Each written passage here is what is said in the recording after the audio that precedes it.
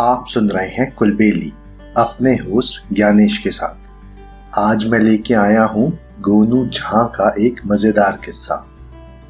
गोनू झां का जलवा वैसा ही था जैसा अकबर के दरबार में बीरबल का। गोनू झां बीरबल की तरह ही बहुत ही समझदार और बुद्धिमान व्यक्ति थे। तो चलिए अब सुनते हैं उनका एक बहुत ही मजेदार किस्सा जिसका नाम है किस्सा खरबूजे का। मिथिला नरेश के यहाँ उनके बचपन के मित्र परदेश से आए थे। नरेश उन्हें अपने अतिथि कक्ष में ले गए। उन्होंने अपने मित्र की खूब आवभगत की।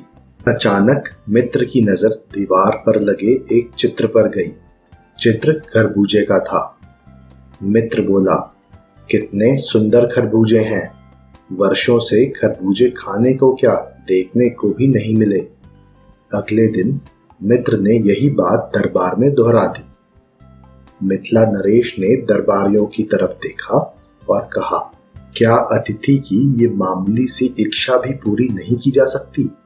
सारे दरबारी, मंत्री, पुरोहित खरबूजे की खोज में लग गए। बाजार का कोना कोना छान मारा। गांवों में भी जा पहुंचे। गांव वाले दरबारियों की बात सुनकर हंसते रहे और कहा कि इन सर्दियों में खरबूजे कहाँ मिलेंगे। जब सब थक गए तो एक दरबारी ने व्यंग्य से कहा, महाराज, अतिथि की इच्छा गोनू झां ही पूरी कर सकते हैं। इनके पास तो बहुत सारे रसीले खरबूजे रखे हुए हैं। मिथिला नरेश ने गोनू झां की तरफ देखा। नरेश की आज्ञा मानते हुए गोनू झां ने कुछ दिन का समय मांगा। फिर कुछ उपाय सोचते हुए दरबार से चले गए। कई दिन बीतने के बाद गोनू झां दरबार नहीं आए।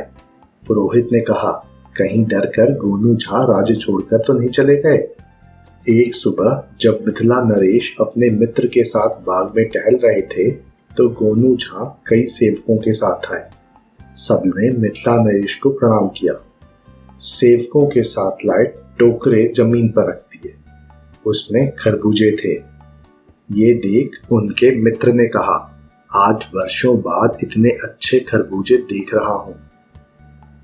मिथिला नरेश ने सेवकों से छुरी और थाली लाने को कहा तो गोनू झां बोले, क्षमा करें महाराज, हमारे अतिथि ने कहा था कि वर्षों से खरबूजे नहीं देखे, इसलिए ये खरबूजे खाने के नहीं देखने के हैं। ये मिट्टी से बने हैं। नरेश सहित सभी दरबारी गोनू झां की चतुराई पर दंग रह गए। गोनू झां की चतुराई पर मित्र भी जोर से हंसा।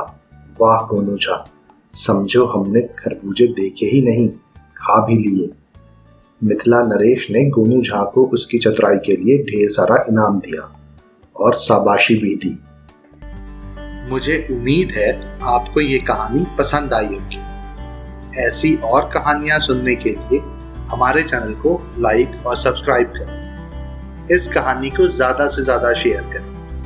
जल्दी मिलते हैं एक और नई कहानी के साथ। तब तक के लिए धन्यवाद।